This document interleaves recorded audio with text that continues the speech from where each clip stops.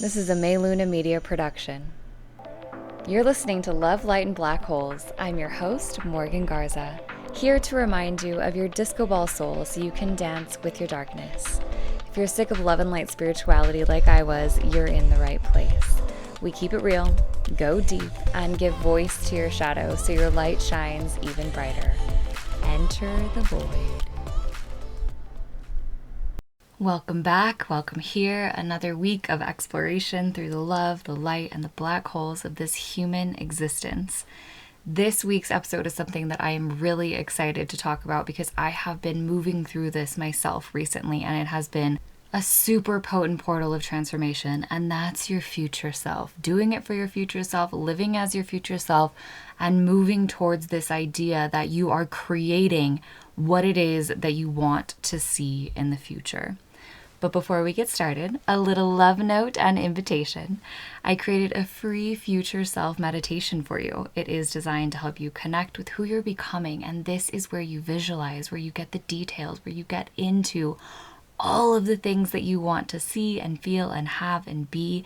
And it's not just who you've been, it's who you're becoming. It's designed to help you connect with what you want to see in the world. You can grab that in the show notes. It is so powerful to do this kind of visualization. This is what athletes do. This is what Olympic gold medalists do. This is what people do every Sunday in the NFL and across all sports.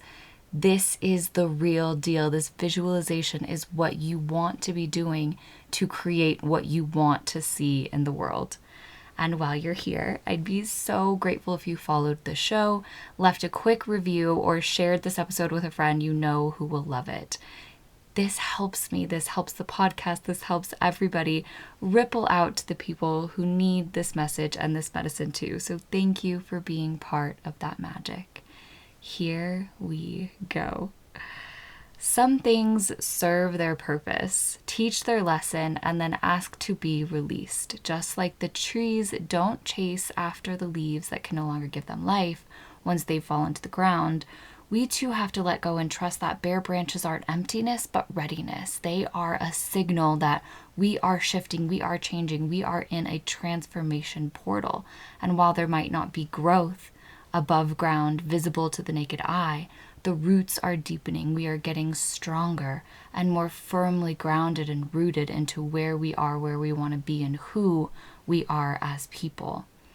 The turning of the seasons remind us that change is nature's oldest and most consistent promise. The only thing we can count on in the whole of the universe is change, and letting go is how growth begins. So today, while we are talking about the future self, you know I gotta bring this to shadow work, y'all. This is where it all begins. We're talking about what it really means to step into your future self. Not the pink cloud version you see on Instagram and the highlight reel, but the gritty, the real, the liberating version. The illusion versus the reality of a major transition. We are going through a lot collectively and personally right now. This is the first day of fall. This is recorded in September. If you're listening to this after, it is still very relevant. Don't worry. This isn't going to be all about fall.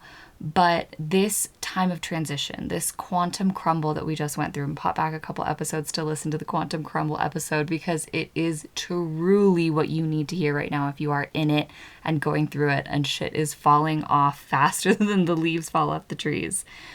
But this is a major transition, and many people think that a transformation is clarity and lightness and joy and rainbows and sunshine and all of these beautiful things, but really it's grief, it's shedding, it's relationships crumbling and boundaries being set sometimes with ferocity and a lot of discomfort.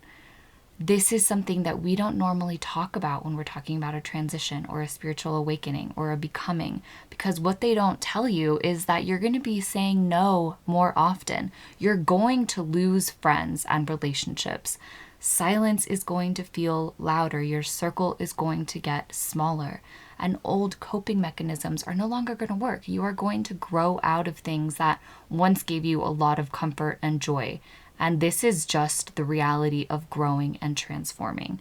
So while you might feel lonely at times in this new adventure, in this new pathway, in this new direction, Know that you are doing it for a purpose. Know that all of this is happening because you are literally in this portal of transformation. And in order to imagine your future self, and in order to bring yourself into the visualization, into seeing them and feeling them and knowing who they are, you first gotta die. You gotta let this shit go. You gotta let your old self depart on that one-way ticket train out of the station, away from your life forever, or you will keep repeating the same shit that is going to keep you in the same place. And your future self isn't just about upgrading to a shinier version of you. This isn't just like getting a new iPhone or the new model of your favorite car.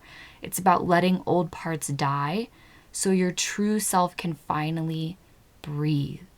We are not bringing old shit into the new. Don't create the new with parts and pieces of your old thinking, oh, it's fine. This has always worked for me. It's going to keep working because I'm going to tell you right now, you're going to try and it's going to fail. It's going to blow up in your face and you're going to think, this is so uncomfortable. I really need to let this go. I really need to let this part of myself die. So what is your future self really? Here's the wild thing. Your brain isn't designed for the present moment. Its default setting is prospection, time traveling into the future, imagining all of the possibilities that can happen, all of the different scenarios, all of the different ways that your current reality can play out. When we have anxiety, we are living in the uncertain future. When we have stress and sadness, we are living in the past. This grief of the past, this uncertainty and anxiety of what's coming and of the unknown. This is a really big piece of not only psychology, but of how you're going to craft and create and move into your future self. Martin Seligman of the Positive Psychology Center argues that memory, motivation, and perception are all organized around what's next. So even though your memory is of the past, your brain isn't just scrapbooking all of these things that happen. It's workshopping. It's trying to say, okay, so if this happened in the past, then I can predict that this next thing will happen in the future. Your brain is constantly building potential futures. This is called episodic future thinking. The same network that remembers your 10th birthday, your hippocampus, plus the default mode network also recombines these pieces into imagined future scenes. So the memories of your past are combining with what you know to be true, these validating experiences, to predict and create what you imagine, what you can discern to happen in the future. Memory isn't just a scrapbook of all of these things that have happened in your lives. It's a workshop. Your brain reuses this past and rebuilds the future. And this is such a wild thing because your future self isn't created so much on what you're doing now, even though it is very much, and we'll get into that, but it's also really deeply rooted in your past, in your experiences of what you know to be true, of what you have evidence of happening. So like if you think, okay, well, every time I go on a first date, it's terrible and this awful thing happens to me, so this is always going to happen. Like not only are you creating that reality with that belief, but that past is also informing the future so that that's what you expect and that is what you make room for because that is what's familiar and comfortable and known. What's unknown is having a first date that sweeps you off your feet. And this is all just an example. Insert literally any example in here that applies to your life. Having a first date that sweeps you off your feet, having goosebumps all over and knowing that this is the one, feeling this deep certainty in your body, like this is it. These conflicting experiences, one, because it never happened, this validating experience of, oh, fuck, yes, this is it. And the other of, oh, first dates always go bad. They come together, they clash. Your brain cannot comprehend this potential future outcome of having everything work out and having a first day that blows you off your feet because it's never experienced it. So this lack of experience creates this black hole where you don't know how it happens. You don't know how it exists. So this is where we work on the nervous system and on the shadow. Because here's the thing about manifestation that most coaches won't tell you, and I'm just going to get into it a tiny bit, and then we're going to have an entire episode on it. I've been talking about this for weeks, and it's coming. You cannot affirm your way out of dysregulated nervous system. You cannot stand in the mirror and say, I'm a millionaire. I have the love of my life. I live in the house of my dreams. If you are broke, are not dating anyone, and live in a shitty ass apartment, right? Your nervous system does not know how to imagine these future scenarios that you are putting it into. And so these words are just empty. You are wasting your time. You are wasting your light. You are wasting your energy. Your body is a living archive. It remembers every betrayal, every time you dimmed your light, every signal that said it's not safe to be seen. And it keeps all of this together. And that's the shadow. It's not just the psychological concept, but the somatic imprint of the parts of you that you've had to hide to survive. And if that's not what you want to bring into your future self, then that's what we have to heal. That's what we have to address. That's what we have to look at first. Because there is no visualization into the future without recognizing and accepting where you are in the present. And here's why this involves the nervous system. Because if that shadow story is still running, then that is what you will keep looping. Every time you try to step into future you, your body slams on the brakes. That's not sabotage, that's survival. So future self-work isn't about visualization only. It is nervous system repatterning. It is shadow work. When you integrate the shadow, you meet the hidden story with compassion instead of denial. You say, I love you. I understand why you're here. I've gotten to the root. I know the origin of this story, and I am now bringing you into a place where you feel safe to be seen and be heard and live because you exist. There's no getting rid of the shadow, right? We're not doing this work so that we can eradicate ourselves of these shadows, of these memories, of these very real past experiences. We're doing it so that we can grow bigger to hold them, so that we can move into a place where they don't consume us, but we carry them with more strength than we ever could have before. So then your body starts to relax and it realizes, okay, maybe this new way of being isn't dangerous. Maybe it is safe to expand. Maybe I can move into these more imaginatory, fun, what if scenarios because you're not constantly living in this trauma.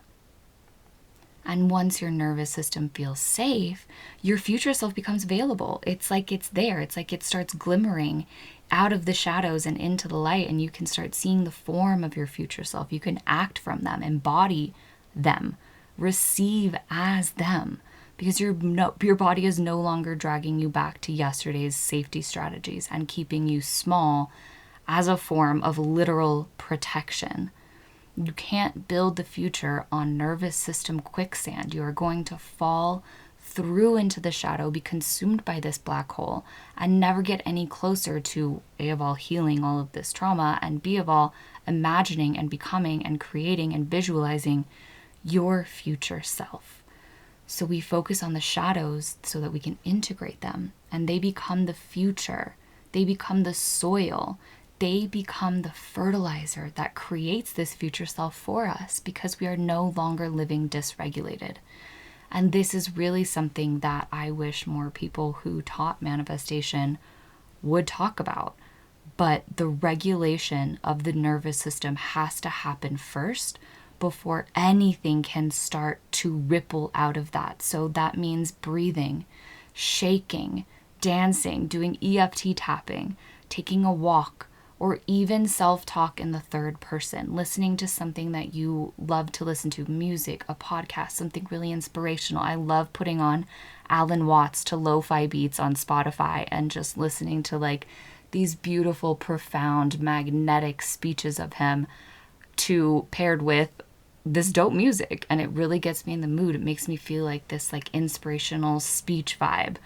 And then I feel like I can step into that vision, into that version of me who is outside of what I'm currently experiencing. And that way, your body is primed to receive it instead of reject it. And y'all know I had to bring shadow work into this, but it really is. This is the way, this is the anchor, this is the roots of all of it. And here's what really blows my mind. Here's where it gets trippy. The brain can't tell the difference. The brain doesn't actually know the difference between a memory, what's happening right now, or something that you're imagining. And neuroscience shows that when you vividly imagine something, your brain lights up in the same regions as if you were actually doing it. I was reading the Joe Dispenza book, You Are the Placebo. In this book, he talks about a study where they had two groups. One group, they had do these very specific exercises physically in a gym. The other group, they had them imagine doing these exercises, visualize them, but sitting in a chair, not actually doing them the same way the other group was. And then they measured them after, and they saw that the muscle growth was the exact same in both groups. So the group that was physically doing the exercises in the gym had the same muscular growth and tone and all of it as the group that was sitting there visualizing it. That's fucking crazy. That is so insane. So that's why athletes use this mental rehearsal, picturing themselves running the race, making the touchdown, shooting the basket, getting all of these things precisely, exactly right. Because this visualization helps create the future self. And this is why you need my meditation. Go grab it in the show notes. It is going to bring you into this place of moving through shadow work and getting into the visualization of creation. So you can start feeling it now and creating it step by step. So when you imagine your future self, your brain codes it as if it's happening. You rehearse future you walking into a room confident, grounded, magnetic, meeting that person, slaying that business meeting, standing strong up against someone who is challenging you. Your nervous system starts wiring that in as reality because you first addressed the shadow. You're not trying to skip over this and go straight into visualization and say, let me just skip this step, right? It starts with shadow work, and then you go into nervous system regulation, and then you can go into visualization. That's when you embody future you in your mind, and opportunities start aligning in your life, and you literally become a magnet for the version of reality you've been rehearsing. How dope is that?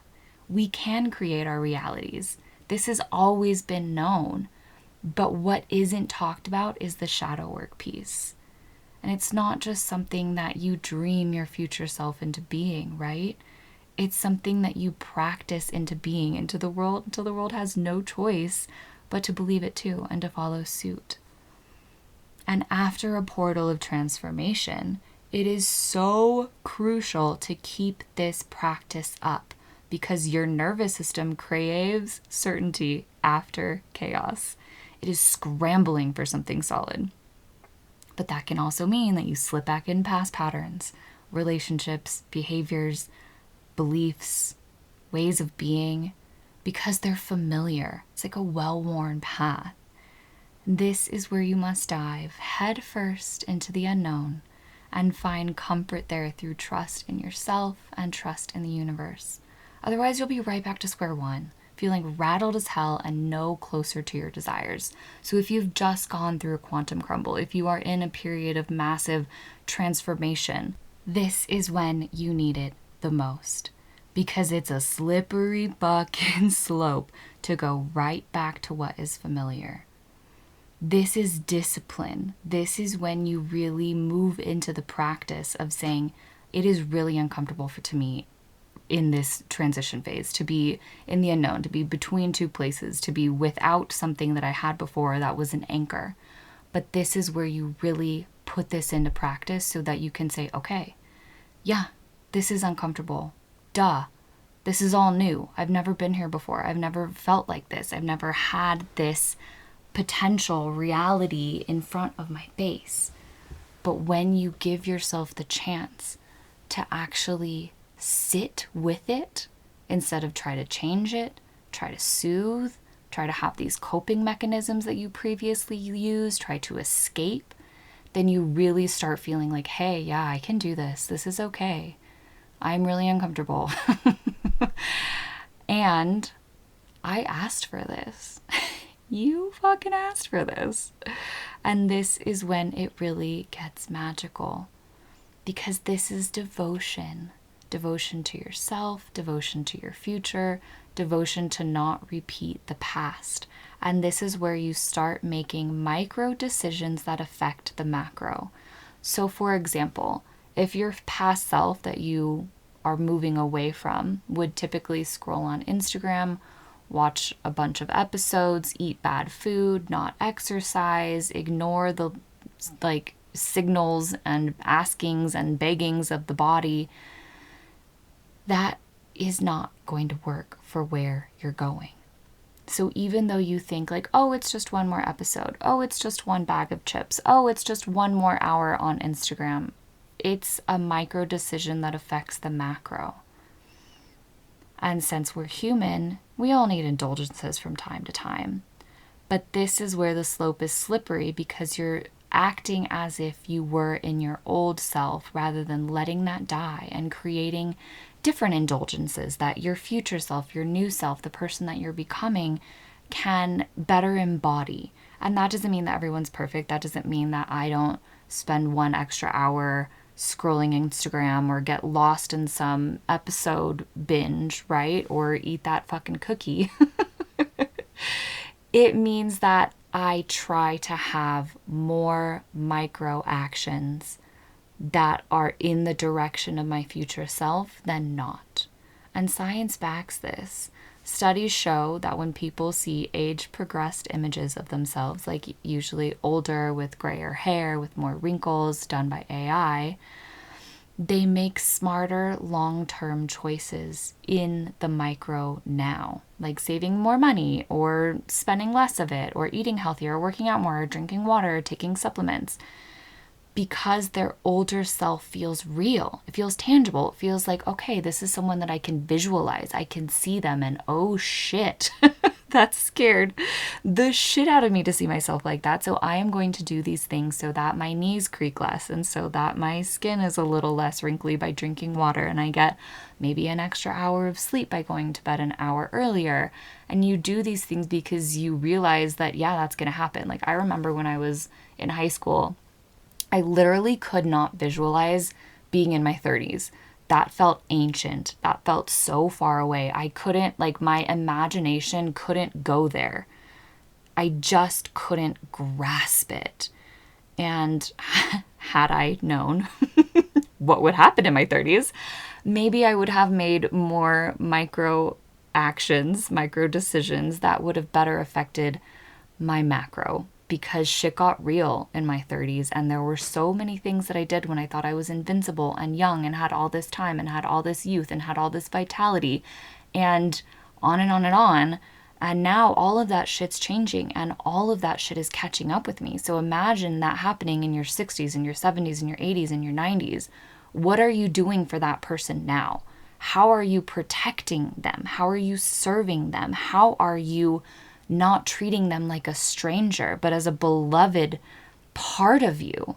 Because this is really where shit starts to change. And it's not just the physical, it's not just physical health. It's these little decisions, like maybe rather than watching one more episode, finally making your Etsy shop, or finally starting your Instagram account for your business, or finally reading that book that so many people have told you about that is surely going to change your life, but you have some weird resistance to it because it's going to be uncomfortable. It's going to put a spotlight on all of the things that you're doing now that don't really align with where you want to go. These micro actions, these micro decisions really do add up. And as I'm looking back on my life, I mean, no regrets. Now that I know better, I do better. And that's all I can do for my future self, is start doing better now. Start treating myself better now, as if I see this beautiful old woman with long flowing gray hair and wrinkles that are a map of my life on my face, and really showing the fuck up for her, because no one else is gonna do it. And I want to be loved by my future self, not like, man, she was a piece of shit and look at this predicament that we're in now because I was a heathen. Like, yes, I very much was a heathen for my entire 20s. And obviously, I'm okay, but there are things that I wish I would have done better for my future self now. So I'm starting now. I'm doing it now. And this is when you get specific about it, when you act as if your future self already exists. Because this isn't just a fantasy you're cooking up in your head. Physics suggests that they really do already exist. There's a concept in quantum physics called retrocausality, where effects can influence causes, meaning time doesn't always move in a straight line forward. And this has just been proven by negative time and all of these studies coming out. Some experiments with subatomic particles have even shown that choices made now can ripple backward to change outcomes in the past. This is the quantum shit, dude. And this is where you really realize that nothing that we know exists in the way that we think it does. Let that sink in. If the future can reach back and shape the past, then your future self isn't waiting for you at the finish line. They're already here, tugging on you in the present, whispering, drink some fucking water. Call your mom. So when you imagine them, embody them, and practice them, you're not just creating something new. You're syncing up with a lifetime that already exists, this timeline that is already there, that you just need to move towards, that you just need to make the right decisions to start embodying now, because the future isn't later, it's a frequency, and your future self is already broadcasting. Your job now is to tune in. And bringing it back to the shadow, positive thinking alone is not going to cut it. There's no love and light around here, as you know. So we've got to instead go into the shadow, into the things that block us and hold us back. Research on mental contrasting shows that dreaming and naming obstacles works way better. Realizing that when you can identify it, which is my 4-step process of shadow work, the first is identification, awareness. You cannot help or heal or address anything that you are not aware of, that you do not directly identify. And this is so massive in creating the outcome that you wish to see in the world, because you are calling it in and realizing that you are the person that put it there, and that you are the person that can move through these shadows and traumas and grief and shame and whatever else is there that is blocking you from realizing that your future self is just around the corner. So the sequence goes like this. Identify and name the shadow. Is it safety? Is it belonging? Is it control? Is it disbelief? Is it something around worth? And then regulate it. Breath work, shaking, dancing, moving, somatic work, writing in your journal. Make this make sense to you and get it out of your body. The body keeps the score. There's so much mapped of your trauma in your body that is physical and becomes dis-ease, that getting it out of your physical form is so, so important. And then visualize the future you with that safety baked in, with that showing up for yourself by moving, by breathing, by doing something. And then you are resourced and you are grounded and you are supported. And then take a micro action. Do one tiny step for that version of you today.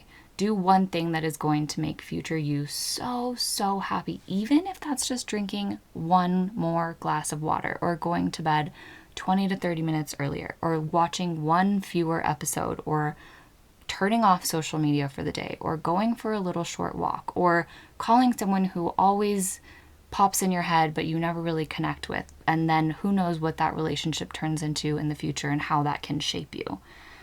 Your nervous system will say, this is familiar and this is safe. And suddenly that action feels like relief instead of resistance. Regulate first, rehearse second, then the right action feels like relief. And then you're not at this war of saying, I'm a millionaire, and looking in the mirror and having negative $1,000 in your account. This is alchemy. This is how you truly turn something into something else. And where you look reality organizes. So when you look within, you can reorganize the reality. When you look far ahead into the future on the linear time that we unfortunately ascribe to here, you can start organizing your future self into that future, into that place, into that timeline that you see into the future. So grab my meditation, grab the visualization down below. It's in the show notes. It's here for you to start moving into this place of embodiment, but first of awareness. Because stepping into your future self isn't just about letting go. It's about stepping forward into the unknown, taking that leap, trusting in yourself and in the universe, and saying, I'm going to show up. I don't know what I'm showing up for, but I am showing up. And that's exactly how this podcast was born. I had no intention of starting this podcast just however long ago, 6-7 weeks. I got to Mexico for a 5-week trip and had a totally different plan of the business that I was going to build. And all of a sudden I was like, you know what? I trademarked Love, Light, and Black Holes in 2020. This was always going to be something that I wanted to create, that I wanted to turn something into. I didn't know exactly what it was or what it would be, but I saved it. I bought the domain. I trademarked it. I made the Instagram account. I did all of these things back then. And I'm so happy as my future self 5 years later that I did that I not only had that protection for my IP, but also that I started this momentum, that I created something then that I didn't know what it was, but that it would serve me later. My future self is so served by that micro action. I mean, it wasn't a big deal to do that. I mean, trademarking is kind of like a long, drawn out process, but it's not hard. I am so glad that I did this for my future self. And I don't know what this is turning into, but I'm sure that me showing up every week, sharing whatever it is I share, and thank you for listening, is going to turn into something that I'm going to be so grateful for in the future. And I don't need to know what that is. I can detach from the outcome and enjoy the journey because I have no clue where this is going. And I don't necessarily want to outline a very specific outcome that I want to happen in the future. I more just kind of want to see where this goes and what it brings out of me and what it heals in me and what I can show up for in my future self as what I'm doing now. Because 6 months ago, when I was in the super depths of grief of losing my dad, I could have never imagined that I would be doing this now. There was no way. I had all these ideas. I was in this liminal space. It was like I was living between the worlds where I was literally psychic. I was tapped into this like creativity hub where like this collective creative idea place that I could draw from and add to. And it was a wild, visceral feeling. And maybe I'll talk about that one day on an episode because it was insane. I was literally psychic. But I couldn't like get anything into action then. It was just like I was this idea ball. I was on fire. I was electric. And now that I am bringing all of that down, I'm distilling that from the metaphysical into the physical. I am so grateful that I had that experience 6 months ago of just these ideas being birthed and this wild and reckless abandon to see where anything went. And now I'm actually doing it. And I am showing up every day for whatever this is that I'm building and creating and exploring and expanding in myself, because I know that my future self is going to be very grateful for this foundation that I'm setting now. That whatever this is going to turn into, I am going to have done these micro moves. So have that hard conversation, do that workout, drink that water, take those supplements, and that's when the magic happens. That's when the synchronicities line up. That's when the opportunities drop in. That's when that chance meeting happens that changes your fucking life. Your energy expands because your body knows it's safe. So this week, don't just think about your future self. Embody them. Do one thing today that makes them real, that pushes you out of your comfort zone, that draws you away from this potential quantum crumble that you have just gone through, because I guarantee you experienced some shit in this last eclipse portal and in 2025 as a whole in general, because shit really got real. Because when you live as your future self now, the universe has no choice but to meet you there. I'll see you next week. Love, light, and black holes. Thanks for diving into the void with me. If today lit something up in you or cracked something open, follow the show and leave a review so we can magnetize more shame slayers and shadow sparklers into this world. Want more? Step through the portal at lovelightandblackholes.com. That's where the wild magic lives. Until next time, dance with your darkness like it's your favorite song and watch the whole universe light up.